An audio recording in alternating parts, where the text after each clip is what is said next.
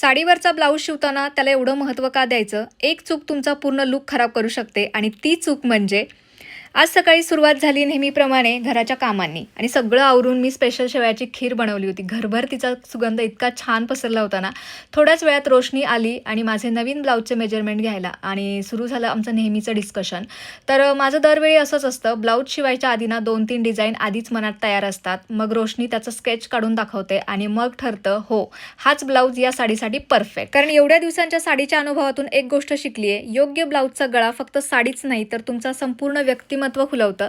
कधी तुम्हाला अधिक एलिगंट बनवतं तर कधी तुमच्या वयापेक्षा तुम्हाला तरुण दाखवतं. आता माझ्या डोक्यातलं तर सगळं कागदावर उतरून झालेलं होतं, त्याप्रमाणे डिझाईन फायनल झालेलं होतं. आल्यानंतर मी डिझाईन तुमच्यासोबत शेअर करेनच, तोपर्यंत नवीन असाल तर फॉलो करून घ्या. त्यानंतर मग मी माझी राहिलेली कामं करून घेतली. आता एक्स्ट्राचे शेंगदाणे होते ते मी गरम करून ठेवले, कारण की नको म्हटलं बुरशी वगैरे लागायला. त्यानंतर मग आता 2-3 दिवसांनी ना सारखं आपल्याला किचन साफच करावा लागतो, तर तेही करून घेतलं. तुम्ही साडी निवडताना ब्लाऊजच्या गळ्याला एवढंच महत्त्व देता का? ते मला कमेंट करून नक्कीच सांगा बरं का. आणि त्याचबरोबर हा व्हिडिओ त्या मैत्रिणीला शेअर करा जिला वाटतं माझ्यावर साडी तितकी खुलत नाही, कदाचित कारण साडीत नाही ते ब्लाऊजमध्ये लपलेलं असेल. भेटूया पुढच्या व्हिडिओमध्ये, तोपर्यंत बाय.